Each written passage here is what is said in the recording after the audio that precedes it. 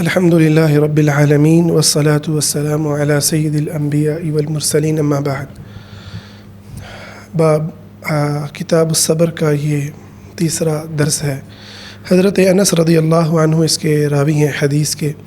کہتے ہیں کہ مر النبی صلی اللہ علیہ وسلم بامرأۃ تبکی عند قبر، آپ صلی اللہ علیہ وسلم ایک عورت کے پاس سے گزرے کہ جو ایک قبر کے پاس بیٹھی رو رہی تھی، تو آپ نے اسے کہا اتق اللہ واصبری، اللہ سے ڈرو اور صبر کرو۔ فقالت الیک عنی، اس عورت نے آپ کو جواب دیا پلٹ کر کہ مجھ سے دور رہو۔ فإنک لم تصب بمصیبتی، آپ کو وہ مصیبت نہیں پہنچی جس میں مبتلا ہوں۔ ولم تعرفہ، وہ آپ کو پہچان نہیں پائی۔ تو جب اسے بتایا گیا یہ تو اللہ کے نبی صلی اللہ علیہ وسلم تھے، تو وہ آپ کے دروازے کے پاس آئی تو اس نے دیکھا کہ وہاں کوئی دربان نہیں ہے، دروازہ کے پاس کوئی روکنے والا نہیں ہے، تو وہ آپ کے پاس آئی اور اس نے آ کر کے آپ کو کہا کہ میں نے آپ کو نہیں پہچانا تھا، یعنی اس نے معذرت کرنے کے لیے وہ آئی۔ آپ نے فرمایا انما الصبر عند الصدمۃ الاولی، صبر جو ہے وہ تو صدمے کے آغاز میں ہوتا ہے۔ یہ حدیث بڑے ہی گہرے معنی کو لیے ہوئے ہے۔ ایک تو اس میں جو بنیادی بات ہے وہ یہ ہے کہ صبر کے دو پہلو ہیں۔ ایک کونی پہلو ہے کہ انسان کو اللہ تعالیٰ صبر دے ہی دیتا ہے نا۔ آپ دیکھیں اللہ تعالیٰ اپنی عافیت میں رکھے سب کو، بڑے بڑے آپ مریضوں کو دیکھیں، کینسر کے لوگوں کے بچے فوت ہو جاتے ہیں، ایکسیڈنٹ میں موتیں ہو جاتی ہیں، تو ایسا تو نہیں ہے کہ وہ پاگل ہو جائیں یا مر جائیں۔ یہ ایک حقیقت ہے کہ اللہ نے اس کائنات کو کے اندر ایک بنانے میں جو رحمت کا ایلیمنٹ ہے وہ رکھا ہے۔ انسان کے نفس میں، اس کی سائیکالوجی میں، چاہے وہ اللہ کو مانتا ہے یا نہیں مانتا، آخر اللہ تعالیٰ صبر دے دیتا ہے کہ بڑے بڑے دکھوں سے گزرنے والا بھی انسان آخرکار ہنس پڑتا ہے، آخرکار وہ بھی مسکراتا ہے، اپنی زندگی کو انجوائے کرتا ہے۔ تو لیکن صبر کا ایک پہلو وہ ہے جو شرعی معنوں کے اندر ہے، ٹھیک ہے، جس کے اندر انسان کی عظمت انسان کی ظاہر ہوتی ہے، جس میں انسان بہت اللہ کے ہاں اجر پاتا ہے، ٹھیک ہے۔ اجر تو شاید یہ بھی پاتا ہے اگر وہ ایمان والا ہے، ٹھیک ہے، کہ جس کو صبر آ گیا، آخر کار آ گیا، ٹھیک ہے۔ تو لیکن جس نے اپنے آغاز کے اندر، دکھ کے آغاز میں صبر کیا، اور صبر کا کیا معنی ہے؟ یہ جو عورت ہے، یہ اس کا یہاں پر رونے سے جو مراد ہے وہ محض وہ رونا نہیں ہے کہ جو ایک عام انسان کا دکھ کا اظہار کرنا ہے۔ وہ تو ہم حدیث پڑھ چکے ہیں کہ نبی صلی اللہ علیہ وسلم خود روئے ہیں جب آپ کے سامنے آپ کے نواسے کو پیش کیا گیا، آپ کی بیٹی کا بیٹا جو تھے وہ جب وفات پا رہے تھے یا وفات پا چکے تھے، تو آپ اس کیفیت کو دیکھ کر آپ کی آنکھوں سے آنسو بہہ پڑے۔ تو یہ یقیناً اس رونے کے اندر وہ رونا ہے کہ جس میں اللہ کی ناشکری کا معنی پایا جائے۔ جیسے آپ دیکھیں، ہم دیکھتے ہیں کہ لوگوں کے ہاں جب حادثات ہوتے ہیں تو بڑی عجیب غریب قسم کی وہ باتیں کرتے ہیں کہ اللہ تو نے میرا ہی گھر دیکھا تھا، کسی اور کو کیوں نہیں آ گئی، یا مجھے لے جاتے، اس کو کیوں لے گئے، وغیرہ وغیرہ۔ تو اس نوعیت کا جب آپ نے رونا اور بیان کرنا اور یہ چیزیں دیکھی تو آپ نے اس کو اللہ سے ڈرنے اور صبر کرنے کا کہا۔ تو اللہ سے ڈرنے کا ذکر کیوں کیا کہ ہمیں جو الفاظ بھی سکھائے گئے ہیں وہ کیا ہیں؟ انا للہ و انا الیہ راجعون، کہ بھئی جو چیز آپ کے پاس آئی تھی وہ اللہ نے ہی تو دی تھی، تو اگر اللہ نے لے لی ہے تو اس کے اوپر جزا فضا کرنا، اس کے اوپر جو ہے نا کفریہ کے الفاظ نکالنا، یہ گویا اللہ کی ناشکری ہے، گویا یہ اللہ تعالیٰ کو آپ اس کی قدردانی نہیں کر رہے۔ اور دوسرا پہلو یہ ہے کہ جو چیز اللہ نے آپ کو دی تھی، ٹھیک ہے، وہ چیز آپ نے اس کو بڑے پیار سے رکھا، تو سوچو کہ جس اللہ نے وہ آپ کو دی تھی، ٹھیک ہے، وہ اللہ اس کو کتنے پیار سے رکھے گا۔ خاص کر کے اولاد جب دنیا سے وفات ہو جائے تو انسان کا دل کٹتا ہے۔ میں اپنے خود 3 بچوں کی وفات کے غم کو سے گزرا ہوں، تو یقیناً بہت بڑا مرحلہ ہوتا ہے، لیکن جو چیز سکون دیتی ہے، اور ہم جب اپنے کسی پیارے کو قبر میں دفن کر دیتے ہیں، اس کا جنازہ پڑھ لیتے ہیں اور ہم اللہ کے حوالے اس کو کر دیتے ہیں، اور ہم اللہ کو یہ کہتے ہیں کہ اللہ تو اہل وفا ہے، ٹھیک ہے، تو اس کو عذاب دینے سے تیرا کیا جاتا ہے، ٹھیک ہے، کہ تو اس کو معاف کر دے، اور یہ تیرا ہی تو ہے۔ اور خاص کر کے بچے جن کے بارے میں اللہ نے ہمیں اور زیادہ اطمینان دیا ہے کہ جنت کے پھول ہیں۔ تو یہ جو ہے نا ناشکری کے الفاظ نکالنا یا کفریہ الفاظ نکالنا یا اپنے آپ کو پیٹنا، یہ حقیقت کے اندر انسان کو کا اللہ کے بارے میں بدگمانی کرنا ہے۔ اللہ تعالیٰ ماں باپ سے زیادہ رحم کرنے والا ہے، اللہ تعالیٰ ہر ایک سے زیادہ خیال رکھنے والا ہے، وہ کسی کو تکلیف میں نہیں رکھے گا، وہ ان بچوں کو ان سے زیادہ سنبھالے گا۔ تو اس لحاظ سے جو صبر ہے اس کے تلقین کی گئی اور اللہ سے ڈرنے کا آپ صلی اللہ علیہ وسلم نے بیان فرمایا۔ اور آپ نے یہ بھی کہا کہ جو صبر ہے وہ تو عند صدمۃ الاولی، صبر کے تکلیف کے آغاز میں ہوتا ہے، وہ بعد میں تو آ ہی جاتا ہے۔ تو گویا یہ ایک اصول بیان کر دیا کہ جب آپ کے اوپر تکلیف آئے اس وقت میں آپ کو اللہ کے الفاظ منہ سے نکالنے ہیں، اللہ کی باتیں کرنی ہیں، اللہ کے بارے میں اچھی گمان کو دہرانا ہے۔ الذین اذا اصابتهم مصیبۃ قالوا انا للہ وانا الیہ راجعون، جب انہیں کوئی تکلیف پہنچتی ہے تو وہ یہی کہتے ہیں کہ انا للہ وانا الیہ راجعون۔ اس سے زیادہ خوبصورت جو الفاظ ہیں وہ نہیں ہیں، اس سے زیادہ سکون دینے والی کوئی بات ہے ہی نہیں، ہے نا۔ انا للہ وانا الیہ راجعون، یہ چلا گیا تو کیا ہو گیا، ہم بھی اسی کی طرف جانے والے ہیں۔ اور یہی بات قبر والوں کی کو دیکھ کر ہمیں بھی دعا کرنے کا جو سکھایا گیا وہ کیا ہے، السلام علی المؤمنین من اہل الدیار وانا ان شاء اللہ بکم لاحقون نسأل اللہ لنا ولکم العافیہ۔ اے قبر والو تم پہ سلام ہو، ہم بھی بہت جلد تم سے ملنے والے ہیں، ہم اللہ سے اپنے اور تمہارے لیے عافیت کا سوال کرتے ہیں۔ تو اللہ تعالیٰ کو آسانی میں ماننا ہے نا، اور تنگی میں نہ ماننا یہ ایمان نہیں ہے۔ اللہ تعالیٰ کو یہ سمجھنا کہ جب میری جیب میں پیسے ہیں تو میں اللہ اللہ کروں، جب پیسے نہ ہوں تو پھر میں اللہ کے ساتھ کفر کروں، جب اس دنیا میں ہیں تو اللہ کو یاد کروں، اور جب اس دنیا سے چلا جانے کا سوچ آئے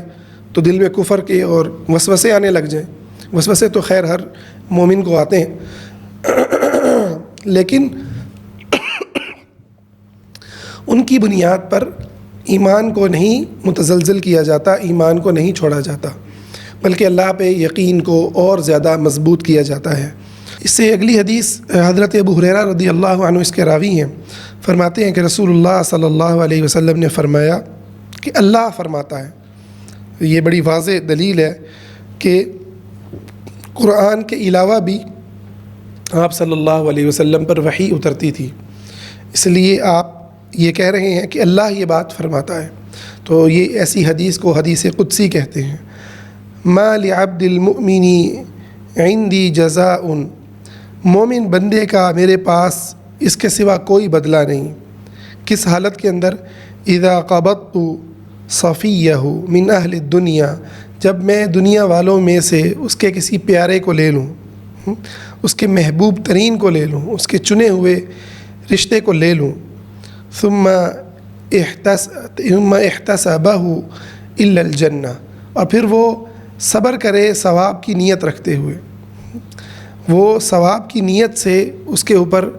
ایمان لے آئے، اس پر اسے قبول کر لے اس حقیقت کو، تو اس کو سوائے جنت کے اور کوئی اس کے لیے اجر نہیں ہے۔ اس حدیث کو امام بخاری نے روایت کیا، یعنی یہ اپنی صحت میں اعلیٰ ترین درجے کے اوپر روایت فائز ہے۔ تو دیکھیں اس حدیث کے اندر بھی یہ ایک بہت بڑا جو ہے وہ اجر کی خوشخبری سنائی گئی ہے۔ کوئی انسان جب اللہ تعالیٰ کی طرف سے آنے والی تکلیف پر، جب اللہ اس کے کسی پیارے کو لے لے، وہ اولاد ہو سکتی ہے، وہ اس کا بھائی ہو سکتا ہے، وہ اس کا قریبی کوئی اور عزیز ہو سکتا ہے، بیوی ہو سکتی ہے، خاوند ہو سکتا ہے نا، جس سے وہ شدید پیار کرتا ہے، تو اللہ تعالیٰ اس کے اس صبر پر جنت اس کے لیے پکی کر دیتا ہے۔ تو حقیقت کے اندر یہ جو جنت کا پکا ہونا ہے نا، اس کی وجہ یہی ہے کہ وہ صبر کرے گا ہی وہ جو جنت پر یقین رکھے گا، جو اللہ کے اچھے معاملے پر یقین رکھے گا، جو اللہ کے ساتھ اچھا گمان رکھے گا۔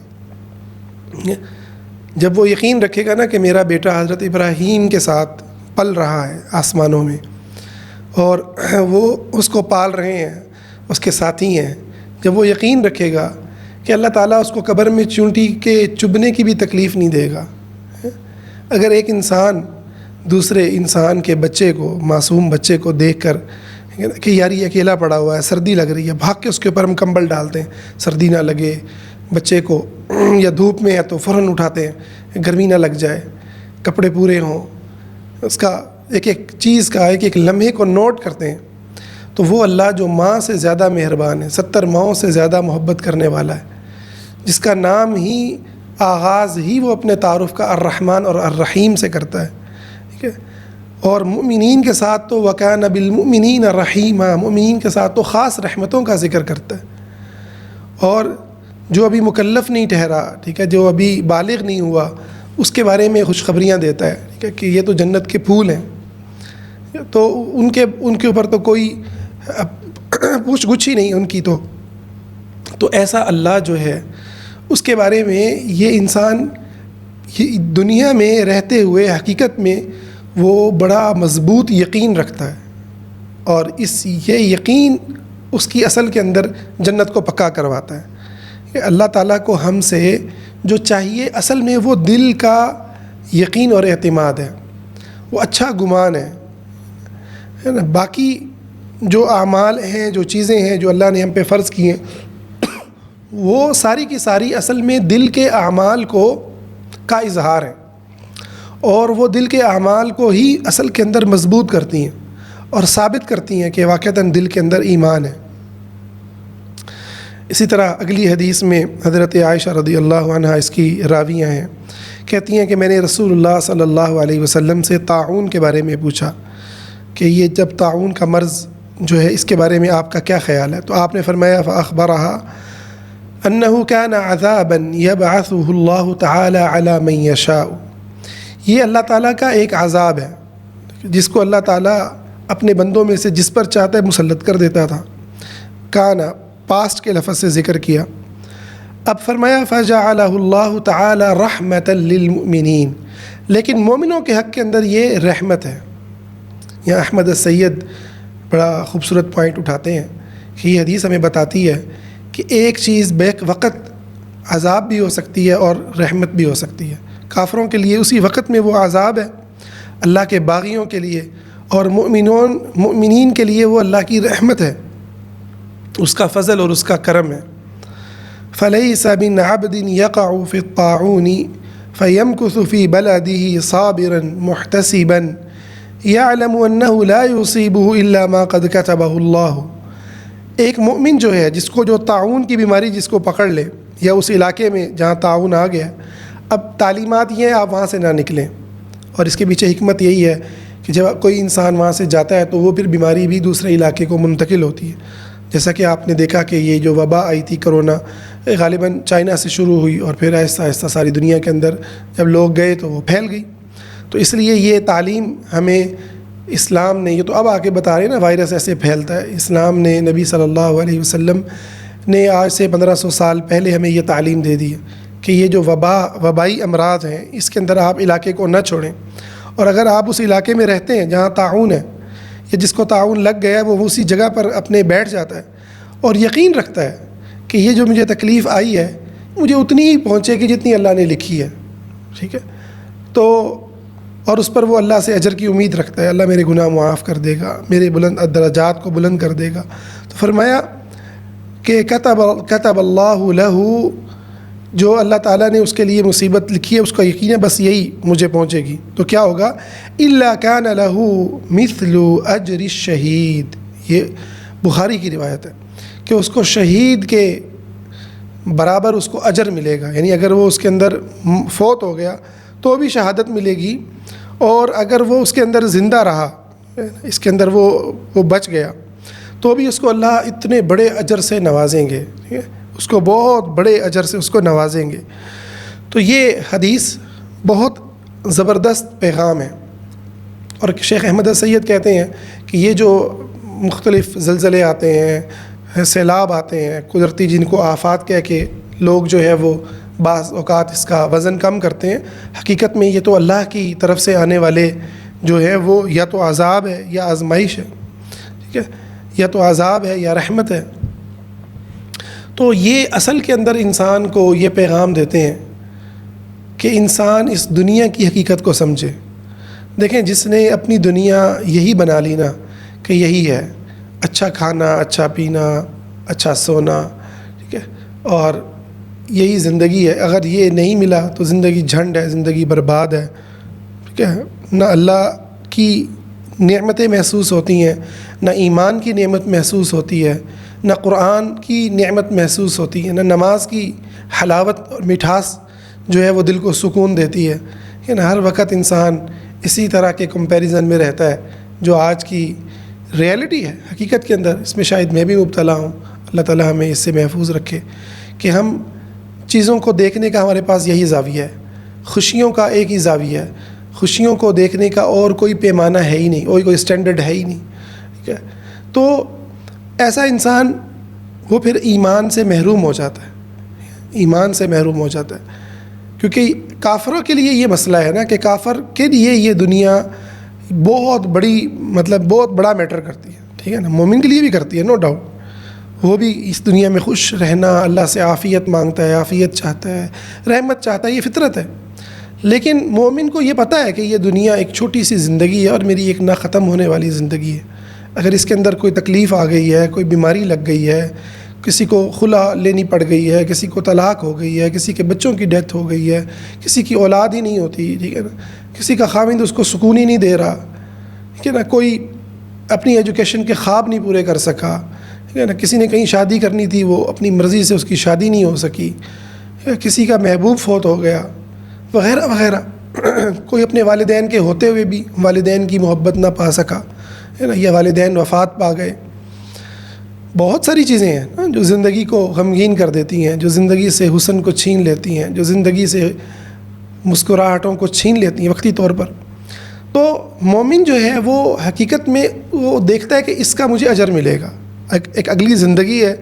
یہاں میں صبر کروں گا، یہاں میں مطمئن رہوں گا، یہاں میں خوش رہوں گا، تو اللہ مجھے اس کا بہترین اجر دے گا اور وہ آخرت کی زندگی ہوگی۔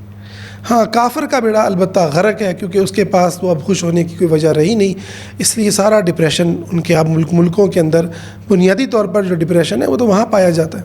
جہاں وہ خودکشیاں کرتے ہیں، جہاں وہ بربادیاں کرتے ہیں۔ اور مسلمانوں کے معاشرے کے اندر بھی اسلام کا نظام غالب نہ ہونے کی وجہ سے یہ ڈپریشن ہے، جتنا کفر غالب ہے اتنا ڈپریشن ہے، اتنا جو ہے وہ مایوسیاں، تاریکیاں اور اندھیرے ہیں۔ ورنہ مومن جو ہے وہ آخرت پر نظر رکھتا ہے اور اس کی یہ نظر، اس کا یہ ایمان اس کو اللہ کے قریب کر دیتا ہے اور اس کے لیے بہت بڑے اجر کی خوشخبری سنا دیتا ہے۔ ایسے ہی اگلی روایت میں حضرت انس رضی اللہ عنہ کہتے ہیں کہ میں نے رسول اللہ صلی اللہ علیہ وسلم کو یہ فرماتے ہوئے سنا، ان اللہ عز وجل قال، کہ اللہ تعالیٰ یہ بات فرماتا ہے، پھر حدیث قدسی ہے، اذا ابتلیت عبدی بحبیبتیہ فصبر، اگر میں اپنے بندے کو آزماؤں اس کی دو محبوب چیزوں کے معاملے میں، یعنی اس کی دو آنکھوں کے معاملے میں، یہ آنکھوں کی طرف اشارہ کیا گیا ہے، یعنی اس کی بینائی لے لوں اور وہ صبر کرے، عوضتہ منہم الجنہ، تو میں اس کے بدلے اس کو جنت عطا کروں گا۔ یہ بھی بخاری کی روایت۔ آپ دیکھیں ویسے یہ صبر کی جو اتنی بڑی بڑی باتیں ہیں نا، سبحان اللہ، یعنی یہ اپنی صحت کی اس اعلیٰ درجے کے اوپر ہے، یعنی اپنی اتھینٹسٹی کے اندر اتنی کنفرم ہے کہ امام بخاری کی جو کتاب ہے، کہ جو قرآن کے بعد سب سے زیادہ اتھینٹک اسلام کی کتاب ہے، یہ اس کے اندر بیان ہوئی ہے۔ اچھا، اس کے مقابلے میں آپ کو بہت ساری ایسی روایات جہاں پر انسان تنگی میں پڑ سکتا ہو، یا آپ کو محسوس ہوتا ہے کہ یار یہ پتہ نہیں یہ روایت صحیح بھی ہے یا نہیں ہے، ٹھیک ہے، خواتین سے متعلق، مردوں سے متعلق وغیرہ وغیرہ، وہ آپ کو عام طور پر باقی کتابوں کے اندر نظر آئیں گی۔ میں یہ نہیں کہہ رہا کہ وہ صحیح نہیں ہوں گی، ان میں سے جو صحیح ہیں یقیناً وہ حق ہیں اور ان کو ماننا ہے، لیکن میں کہنا یہ چاہتا ہوں کہ جو باتیں انسان کی اللہ پر ایمان لانے، اس زندگی گزارنے کے لیے ایک بہت بنیادی نوعیت کی حیثیت رکھتی ہیں نا، ٹھیک ہے نا، جو اللہ کی رحمتوں اور بے پناہ رحمتوں کو بیان کرتی ہیں، وہ بخاری کے اندر ہے، ٹھیک ہے نا، وہ بخاری کے اندر ان کی بنیادیں جو ہیں وہ بڑی ڈیٹیل سے بیان کی جا رہی ہیں۔ تو یہاں پر آنکھوں کے معاملے میں صبر، تو آنکھوں کی طرح باقی بھی جسم کے جو حصے ہیں، ٹھیک ہے، ان کے معاملے میں انسان اگر صبر کرے تو اللہ اس کو جنت عطا کرے گا۔ یہاں شیخ احمد السید ایک مثال دیتے ہیں، کہتے ہیں یہاں سے ایک علمی نقطہ بھی سمجھ میں آتا ہے کہ جو نیکی کے کام ہیں ان کے دو طرح کے اجر بیان ہوئے ہیں بعض نیکی کے کاموں کے، ایک ہے عام اور ایک ہے خاص، ٹھیک ہے۔ اب جیسے یہاں پر صبر کرنے کا اب اللہ نے ذکر کیا انما یوفی الصابرون اجرہم بغیر حساب، صبر کرنے والوں کو بلا حساب اجر ملے گا، کیا کوئی حساب ہی نہیں ہوگا، اتنا خدا دے دے گا، ٹھیک ہے نا، یہ ایک عام بات ہے۔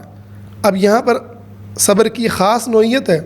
تو اس کے لیے خاص طرح کا اجر بیان ہو رہا ہے کہ جس کی آنکھیں اللہ تعالیٰ لے لے اور وہ صبر کرے تو اللہ اس کو جنت دے گا۔ چھوٹی بات نہیں ہے، بہت بڑی بات ہے، بہت بڑی بات ہے کہ جو انسان صبر کرے، ہے نا، اس کو نظر نہیں آ رہا کتنی تکلیف دہ حالت ہوتی ہے۔ اللہ نہ کرے کوئی اس میں آزمایا جائے، اور اگر کسی کو آزمائش یہ آ جائے تو اللہ اس کو صبر دے، اللہ اس کو صبر دے، اللہ اس کو صبر دے۔ وہ بہت ہی بڑی جو ہے وہ ایک تکلیف کے اندر ہے، اور اس تکلیف کو سوائے جنت کے، سوائے اس حدیث کے اسے کوئی چیز سکون نہیں دے سکتی، ہے نا۔ جب وہ ایمان لاتا ہے نا کہ میرا رب مجھے جنت دے گا، کہتا ہے سبحان اللہ، اے اللہ میں راضی ہوں، میں تیرا ساتھ کفر نہیں کرتا، میں تیرا انکار نہیں کرتا۔ تو ہم اللہ سے عافیت مانگتے ہیں، اور جن پر یہ آزمائش آ گئی ان کو خوشخبری بھی دیتے ہیں اور کہ صبر کرو، اللہ تمہیں جنتیں عطا کرے گا۔ تو اس سے اگلی حدیث جو ہے اس کے راوی عطا بن ابی رباح ہیں، کہتے ہیں کہ مجھے یہ حضرت ابن عباس کے شاگرد ہیں کہ مجھے وہ کہنے لگے ایک دن حضرت ابن عباس، کیا تجھے میں ایک جنتی عورت نہ دکھاؤں جو جنتی ہو؟ تو کہتے میں نے کہا کیوں نہیں، مجھے ضرور دکھائیے۔ کہنے لگے یہ جو کالی عورت چلتی ہوئی آ رہی ہے نا، یہ نبی علیہ السلام کے پاس آئی تھی، اور اس نے کہا مجھے مرگی کا دورہ پڑتا ہے اور اس دوران میرا جسم ظاہر ہو جاتا ہے، میں گرتی ہوں تو اس وقت میرا جسم جو ہے وہ پردہ نہیں رہتا، تو آپ اللہ سے دعا کریں۔ تو آپ نے فرمایا کہ اگر تو صبر کر لے، اگر تو چاہتی ہے کہ صبر کرے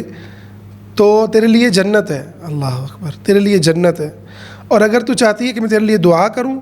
تو اللہ تجھے عافیت دے دے گا، لیکن پھر تیرے لیے میں یہ والی جو گارنٹی ہے نا یہ نہیں دوں گا، یعنی اس حدیث کے لفظ سے یہی نکل رہا ہے۔ تو جنت کتنی پیاری چیز ہے، اور جنت کتنی محبوب ہوتی ہے ایمان والوں کو، سبحان اللہ۔ اللہ تعالیٰ کی یہ رحمت ہے نا کہ انسان یہاں تو ان کو اختیار دے دیا گیا، اللہ تعالیٰ کتنے لوگوں کو جنتوں کے خوشخبریاں دے رہے ہیں، اور وہ ان کو زبردستی جنت میں دھکیل رہے ہیں۔ وہ حدیث میں بھی آتا ہے نا، بعض لوگوں کو ایسی قومیں ہیں جن کو زبردستی گویا جنت کی طرف دھکیلا جا رہا ہے، ٹھیک ہے، یعنی جس کے بچے فوت ہو گئے، اب وہ بچے فوت ہونے پہ راضی تو نہیں ہوتا کہ یار میرے بچے فوت ہو جائیں، نہ کوئی ماں راضی ہوتی ہے، ٹھیک ہے۔ تو لیکن جو لوگ اس پہ صبر کر لیتے ہیں تو گویا اللہ تعالیٰ زبردستی ان کو جنت کی طرف لے کر کے جا رہا ہے۔ میں نے وہ ماں بھی دیکھی جس کے 3 بچے فوت ہوئے، اور دنیا آ کے روتی تھی، اور وہ ان کو چپ کراتے تھی، وہ ان کو چپ کراتی تھی، ان کو صبر کی تلقین کرتی تھی۔ اللہ تعالیٰ اس ماں پر اپنی رحمتیں نازل کرے اور اس کو جنتوں کا وارث بنائے، دنیا میں بھی اور آخرت میں بھی اپنی رحمتوں کا اس پر نزول کرے۔ تو ایسی مائیں اور ایسے باپ ہوتے ہیں کہ جو پھر صبر کرتے ہیں اور اللہ تعالیٰ ان کو جنتیں عطا کرتا ہے۔ تو یہ ایک طرح سے جو ہے نا زبردستی جنت عطا کی جا رہی ہے، سبحان اللہ۔ تو یہاں پر اس عورت نے کہا میں صبر کروں گی، لیکن پھر کہا کہ آپ چلو اتنی دعا کر دیں کہ میرا پردہ نہ کھلے۔ تو آپ صلی اللہ علیہ وسلم نے ان کے لیے دعا کی۔ تو یہاں سے ایک یہ بخاری اور مسلم کی روایت ہے۔ اچھا، یہ جو بات ہے حضرت ابن عباس حضرت عطا کو کر رہے ہیں، اور یہ جو بات ہے یقیناً نبی علیہ الصلاۃ والسلام کی جانے کے بعد ہی آپ یہ کر رہے ہیں، کیونکہ اپنے شاگرد کو کہہ رہے ہیں، ٹھیک ہے۔ تو آپ تو بچے تھے جب آپ صلی اللہ علیہ وسلم کے زمانے میں تھے۔ تو اس سے یہ بھی پتہ چلتا ہے کہ خواتین جو تھیں وہ ایسا نہیں تھا کہ جیسے آج کل لوگ چہرے کے پردے کو اس طرح سے فرض کر دیتے ہیں کہ ہاتھوں پہ بھی گلوز ہیں، پاؤں پہ بھی دستانے ہیں، اور بس سارے کا سارا۔ ہاں اچھی بات ہے، کوئی کرتا ہے بہت اچھی بات ہے۔ یہاں پر وہ اس کے رنگ کو بیان کر رہے ہیں کہ یہ جو کالی عورت ہے، ٹھیک ہے، یہ جو کالی عورت ہے مطلب اس کا رنگ جو ہے وہ ظاہر ہوتا تھا. تو خواتین جو تھیں وہ مختلف قسم کی جو صحیح بات ہے ان کے اسلوب تھے. کچھ نقاب کرتی تھیں, کچھ نہیں کرتی تھیں, کچھ چہرہ کھولتی تھیں, کچھ نہیں کھولتی تھیں. تو یہ ایسی چیز نہیں ہے کہ جس کے اندر بہت زیادہ سختی کی گئی ہو, اور اگر یہ کوئی بہت بری چیز ہوتی تو یقیناً آپ ان کے رنگ کو ذکر نہ فرماتے. ٹھیک ہے, رنگ کو ذکر نہ فرماتے. ایک شاگرد کہتا ہے یہ آپ کیا کہہ رہے ہیں, آپ کے تقوی کے کیا یہ معیار کو اترتا ہے کہ آپ ایک عورت کی رنگت کو ذکر کر رہے ہیں؟ سبحان اللہ. تو وہ بڑا ایک نارمل معاشرہ تھا, اور انسانوں کو جیسے وہ تھے اس طرح سے ہی لیا جاتا تھا, بیان کیا جاتا تھا. اس سے جو اگلی روایت ہے وہ عبداللہ بن مسعود رضی اللہ عنہ کی ہے. وہ کہتے ہیں کہ انی انظر الی رسول اللہ صلی اللہ علیہ وسلم, گویا کہ میں رسول اللہ صلی اللہ علیہ وسلم کو دیکھ رہا ہوں. یحکی نبیا من الانبیاء صلوات اللہ وسلامہ علیہم ضربہ قومہ فادموہ وہو یمسح الدم عن وجہہ, کہ میں گویا آپ صلی اللہ علیہ وسلم کو پچھلے انبیاء کا واقعہ بیان کرتے ہوئے دیکھ رہا ہوں. ایک ایسے نبی کا واقعہ کہ جسے اس کی قوم نے مارا, یا انبیاء کا واقعہ جنہیں ان کی قوم نے مارا, اور اتنا مارا کہ لہو لہان کر دیا, اور وہ نبی اپنے چہرے سے اپنے خون کو صاف کر رہے ہوں, اور ساتھ میں یہ بھی کہہ رہے ہوں اللہم اغفر لی قومی فإنہم لا یعلمون, اے اللہ میری قوم کو معاف کر دے, یہ جانتے نہیں ہیں. اللہ اکبر. انبیاء کا کتنا بڑا ظرف ہوتا ہے, انبیاء کا کتنا بڑا ظرف ہوتا ہے کہ وہ اپنی قوم کو جو ان کو لہو لہان کر رہی ہے ان کو وہ دعا دیتے ہیں, ان کے لیے دعا کرتے ہیں. اور یہی منظر آپ کو نبی علیہ الصلاۃ والسلام کے حوالے سے طائف کے میدان کے اندر نظر آتا ہے کہ آپ کو پتھر پڑ رہے ہیں, خون بہہ رہا ہے, اور جب فرشتہ کہتا ہے کہ آپ کہیں تو میں ان کو پیس کے رکھ دوں, تو آپ اس وقت بھی ان کے بارے میں اچھی بات کرتے ہیں کہ ان کی قوم میں سے کچھ لوگ ہوں گے جو ایمان لائیں گے, ان کے ایمان کی تمنا رکھتے ہیں. اور اسی طرح غزوہ احد میں آپ زخمی ہو گئے, خون بہا, اور جب آپ نے یہ کہا کہ یہ ایسی قوم کیسے فلاح پائے گی, تو اللہ نے بھی وہاں مزید آپ کے ظرف کو, آپ کے مقام کو مزید بلند فرمایا. لیس لک من الامر شیء, انہی میں سے خالد ابن ولید تھے جو ایمان لے کر کے آئے. ٹھیک ہے, تو یہ ایک بہت بڑی انبیاء علیہم السلام کی آزمائش کا یہاں ذکر کیا گیا. اس کے اندر بہت سارے مسئلے ثابت ہوتے ہیں. ایک تو یہ کہ انبیاء کو بہت بڑی آزمائشوں سے گزرنا پڑتا ہے. ٹھیک ہے, سب سے بڑی جو آزمائش ہے وہ انبیاء پر آتی ہے. ٹھیک ہے, اور اس کے بعد جو جتنا زیادہ ان کے قریب ہوتا ہے ایمان میں, اس پر اتنی بڑی آزمائش آتی ہے. تو آزمائش اور ایمان کا آپس میں بڑا گہرا تعلق ہے, بہت گہرا تعلق ہے. یہاں اس چیز کو سمجھنا بہت ضروری ہے کہ انسان اپنے ان تصورات کی وجہ سے جن کو اسلام بالکل بھی سپورٹ نہیں کرتا, جیسا کہ صوفیت نے کیا, پیسے سے نفرت, ٹھیک ہے, قوت کو حاصل کرنے سے نفرت, کیونکہ ان کے ہاں تصور ہی نہیں تھا اسلام کو غالب کرنے کی جد و جہد کا. ٹھیک ہے, اور تھا تو بس اپنے تزکیہ نفس کرو اور اپنے نفس میں ڈوبے رہو. ہاں, ایسے صوفیہ بھی ہوئے جنہوں نے جہاد کیا اور جنہوں نے قربانیاں دی, لیکن اوورآل صوفی جو بیانیہ ہیں, اور اسی طرح سے مدخلی بیانیہ, بعض ایسے بیانیہ آپ کو مل جائیں گے, تبلیغی بیانیہ, کہ جو آپ کو ایک فرد کی دنیا میں ہی بس زندہ رکھتا ہے, بطور امت زندہ ہونا, معاشرے میں قوت حاصل کرنا, اس کی طرف وہ نہیں لے کر آتا. تو یہ چونکہ غالب معاشرے کا بیانیہ, خاص کر کے بر صغیر کا, تو یہاں قوت کو حاصل کرنا, خوبصورتی حاصل کرنا, پیسہ کمانا, اس کی نفرت ڈالی گئی ہے, اور یہ یقیناً بالکل غلط ہے. اس کی وجہ سے اگر کوئی تکلیف کے اندر ہے تو یقیناً اس کو اپنی نالائکی دور کرنی چاہیے. حضرت ابن عمر رضی اللہ عنہ کے بارے میں آتا ہے نا کہ انہوں نے مسجد میں کچھ نوجوانوں کو دیکھا, انہوں نے کہا ہم کمائیں گے نہیں, بس ہم اللہ کی عبادت کریں گے. تو آپ نے ان کو نکلوایا زبردستی وہاں سے, جاؤ, کہ جا کر کے کماؤ. اللہ کو مومن طاقتور پسند ہے کمزور کے مقابلے میں. لیکن بسا اوقات انسان اپنی پوری کوشش کرتا ہے, زمینی حقائق ایسے ہوتے ہیں, اس کی صحت ایسی ہوتی ہے, ٹھیک ہے, کہ اللہ تعالیٰ نے اس کا جو رزق لکھا ہے وہ کم ہی اس کے لیے لکھا ہوتا ہے. ٹھیک ہے, اب وہ اس کو زبردستی بڑھا تو نہیں سکتا, اپنی کوشش کے باوجود وہ اس طرح سے بہت کوئی پیسے کما نہیں پاتا زندگی کے کسی خاص مرحلے پر. دوسرے مرحلے میں ممکن ہے وہ کما بھی لے. تو ایسی حالت میں جو ہے نا, یہ یقین رکھنا کہ یہ ایمان اور یہ تکلیف جو مجھے جس کے اندر میں مبتلا ہوں، چاہے وہ فقر کی ہو، چاہے وہ مرض کی ہو، اس سے اللہ سے عافیت مانگتے ہوئے بھی، اس کے لیے اسباب اختیار کرتے ہوئے بھی پھر اس کے اوپر راضی رہنا اور سمجھنا کہ اہل ایمان کو اللہ آزماتے ہیں، اور یہ وہی آزمائش ہے، اور یہ آزمائش اللہ ہٹا دیں گے، یہ ہمیشہ نہیں رہے گی، اور اس کے لیے اپنی جد و جہد کے اوپر زور لگانا اور اللہ سے دعا مانگنا. اللہم انی اسألک العفو والعافیۃ فی الدنیا والآخرہ، اللہم انی اسألک العفو والعافیۃ فی دینی و دنیای و اہلی و مالی. تو اللہ سے مانگنا اور صبر کی اور کرتے ہوئے امید اجر کی رکھنا، یہ انبیاء علیہم السلام کا طریقہ کار ہے. ٹھیک ہے، اور اس سے یہ بھی پتہ چلتا ہے جو یہ لفظ ہے نا کہ فَإِنَّهُمْ لَا يَعْلَمُونَ، یہ جانتے نہیں ہیں. ہے نا، آپ جب بلند مقام پر ہوتے ہیں نا، سائیکلوجیکلی آپ جب مضبوط ہوتے ہیں تو پھر آپ ابیوزر کے ساتھ بڑے اچھے طریقے سے ہینڈل کر لیتے ہیں. ضروری نہیں ہے کہ اس کو تھپڑ کا جواب تھپڑ ہی دیا جائے. ہاں، بسا اوقات تھپڑ کا جواب تھپڑ ہی ہوتا ہے، لیکن بسا اوقات جو ہے اس کا جواب انسان نہیں دیتا. اس کو پتہ ہے یہ اس وقت ایک ایسی کنڈیشن میں ہے جس میں یہ جانتا نہیں یہ کیا کر رہا ہے، اور یہ بھی نہیں جانتا یہ جس کے ساتھ کر رہا ہے وہ اس کا کتنا بڑا محسن ہے. انبیاء سے بڑے تو کوئی محسن نہیں ہوتے قوم کے. تو اس میں بڑے گہرے سبق ہیں سیکھنے کے.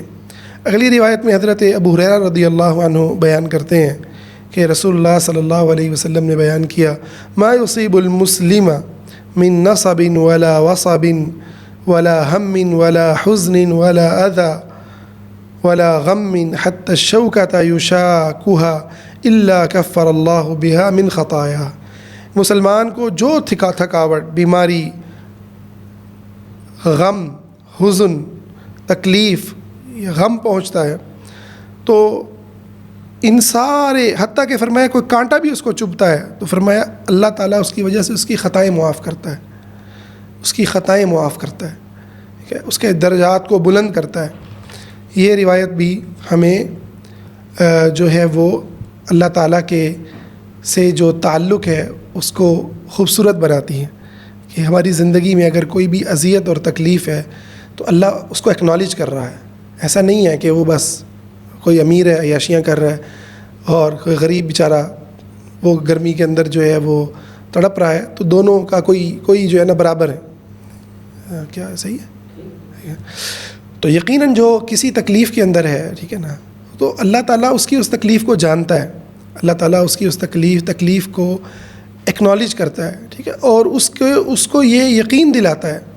کہ تجھے اس پر اجر ملے گا. اگر دنیا میں کسی کو اللہ عطا کر رہا ہے اور وہ اللہ کا شکر گزار ہے تو یقیناً وہ بھی اجر کے اندر ہے. لیکن دنیا میں جس کو نہیں مل رہا اور وہ ایک اذیت اور تکلیف کے اندر ہے تو اس کا جو اجر ہے نا، اس کو یہ جس کو مل رہا ہے یہ اس کے کہیں دور نزدیک سے بھی قریب نہیں لگ سکتا. اس لیے فرمایا قیامت کے دن جو لوگ اذیتوں میں رہے، تکلیفوں میں رہے، ان کو اللہ جب عطا کرے گا تو لوگ تمنا کریں گے دنیا میں جن کو سکون ملا کہ کاش کہ ان کے گوشت کو ان کی ہڈیوں سے الگ کر دیا جاتا. ٹھیک ہے، تو اس لیے انسان اپنی اصل مشن کے اوپر فوکس رکھے. وہ مال کمانے پر بھی محنت کرے، وہ حلال کمانے پر بھی محنت کرے، وہ اسباب وسائل کو بھی، لیکن جس حالت کے اندر ہے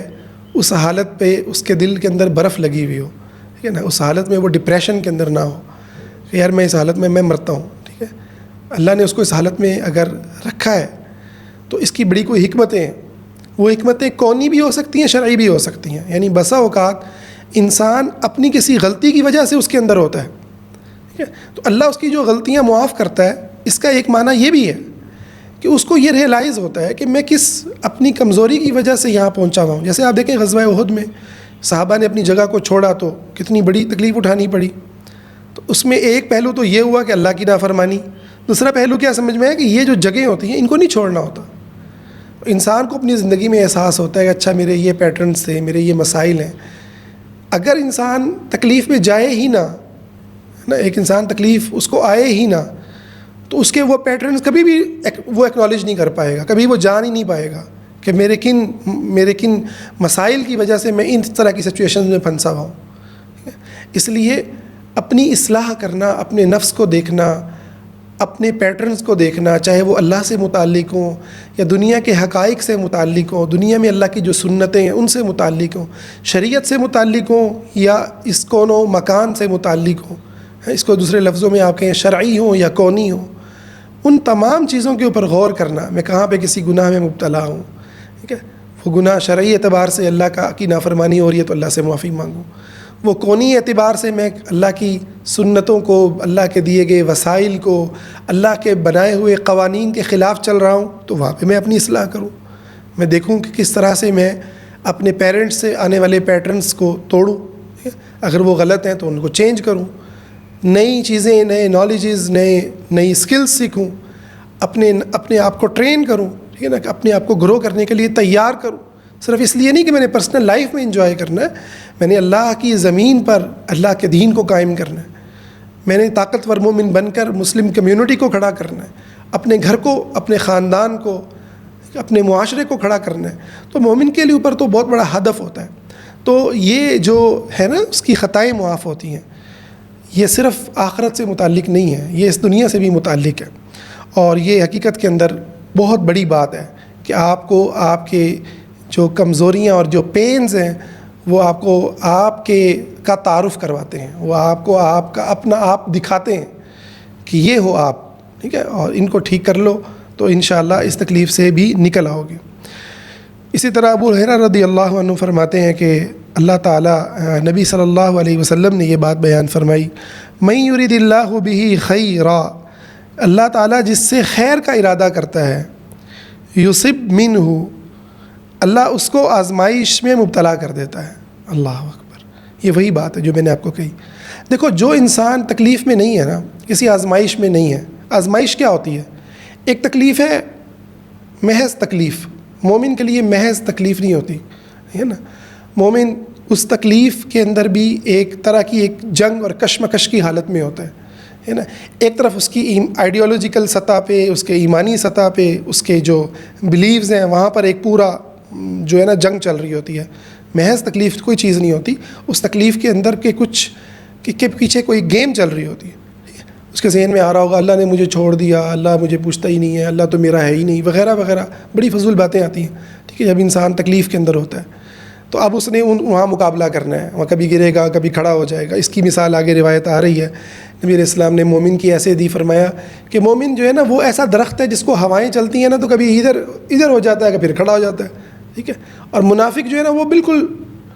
نا وہ لکڑی کی طرح، سوکھی لکڑی کی طرح ہوتا ہے، بس جب ہوا بڑی چلتی ہے نا وہ پھر اکٹھے ہی اکھاڑ کے جڑ سے پھینکتی ہے۔ مومن ایسے نہیں ہوتا، کبھی ایسے ہوگا، کبھی ایسے ہوگا، ایمان بڑھے گا، کم ہوگا، وسوسے آئیں گے، دل عجیب سا ہو جائے گا، پھر اللہ تعالیٰ مضبوط کر دے گا۔ یہ جو کیفیات ہیں یہ ساری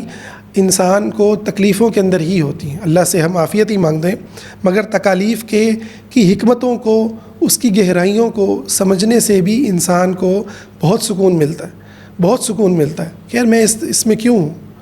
میں اس ریلیشن میں کیوں ہوں، میں اس بیماری میں کیوں ہوں، ٹھیک ہے، میں اس غربت میں کیوں ہوں، تو انسان سوچے کہ یار کیوں ہوں، ٹھیک ہے، اللہ تعالیٰ اس سے پیار کرتا ہے تو اس کی اصل کے اندر اس کو تکلیف میں ڈالتا ہے، تو اس سے کیا ہوتا ہے، اس کی اصلاح ہوتی ہے، یا تو وہ اللہ تعالیٰ کے حق میں کسی گناہ کا مرتکب ہو رہا ہے تو وہ توبہ کرتا ہے، یا اللہ معاف کر دے، اللہ سے دعائیں کرتا ہے، اللہ کو پکارتا ہے، اور یہ اللہ نے قرآن میں انسان کی ایک صفت کے طور پر بھی ذکر کی، وَإِذَا مَسَّ الْإِنسَانَ الضُّرُّ دَعَانَا لِجَنبِهِ أَوْ قَاعِدًا أَوْ قَائِمًا، جب اسے تکلیف پہنچتی ہے تو لیٹے اٹھتے بیٹھتے ہر حالت میں اللہ اللہ کر رہا ہوتا ہے، یا اللہ تو معاف کر دے، یا اللہ تو بچا لے، اور فلما کشفنا عنہ ضرہ مر کأن لم يدعنا الى ضر مسہ، اور جب ہم اس کو نجات دے دیتے ہیں تو پھر ایسے ہو جاتا ہے کبھی ہمیں پکارا ہی نہ ہو، ٹھیک ہے، تو اس لیے مومن جو ہے وہ ہمیشہ اس کے اوپر کوئی نہ کوئی اس کے ساتھ چل ہی رہا ہوگا، کوئی نہ کوئی معاملہ چل ہی رہا ہوگا، تو اس لیے اس کے اندر آپ اپنی اصلاح کر رہے ہیں، آپ اللہ سے متعلق امور میں اپنی اصلاح کر رہے ہیں، آپ کونی حقائق سے متعلق اپنی اصلاح کر رہے ہیں کہ اچھا میں کماتا نہیں ہوں، میرے دل کے اندر پیسے کی نفرت ہے، یا میں اس کو لعنت سمجھتا ہوں، یا مجھ میں خرچ کرنے کی میرے میں ہمت نہیں ہے، ٹھیک ہے، یا مجھ میں ایموشنز ہی نہیں ہے، ٹھیک ہے نا، کہ میں خوشی کو محسوس کر سکوں، پیسے کی جو ایک اللہ نے اس کے اندر ایک لذت رکھی ہے. زُيِّنَ لِلنَّاسِ حُبُّ الشَّهَوَاتِ مِنَ النِّسَاءِ وَالْبَنِينَ وَالْقَنَاطِيرِ الْمُقَنطَرَةِ مِنَ الذَّهَبِ وَالْفِضَّةِ وَالْخَيْلِ الْمُسَوَّمَةِ وَالْأَنْعَامِ وَالْحَرْثِ ذَلِكَ مَتَاعُ الْحَيَاةِ الدُّنْيَا. تو اللہ نے یہ پورا بیان کیا کہ اللہ نے رکھی ہے نا. تو وہ اگر ایک بندے کو محسوس ہی نہیں ہوتی کہ نہ پیسہ ہو تو بھی وہ ملنگ, پیسہ نہ ہو تو بھی ملنگ, اچھے کپڑے ہوں, اچھے پیسے ہوں تو بھی اس نے گندے کپڑے پہننے, گندے جوتے پہننے ہیں, اور اگر نہ ہوں تو پہننے ہی پہننے. تو یہ سارے کے سارے جو پیٹرنز ہیں, جو چیزیں ہیں, اس کے پیچھے بہت سارے اسباب ہوتے ہیں, ہے نا, جن کو ہم تکلیف کی ہے حالت کے اندر سوچتے ہیں, دیکھتے ہیں. تو اس لحاظ سے یہ رحمت کا معاملہ ہے. اسی پر اکتفا کرتے ہیں. اللہ سے دعا ہے اللہ تعالی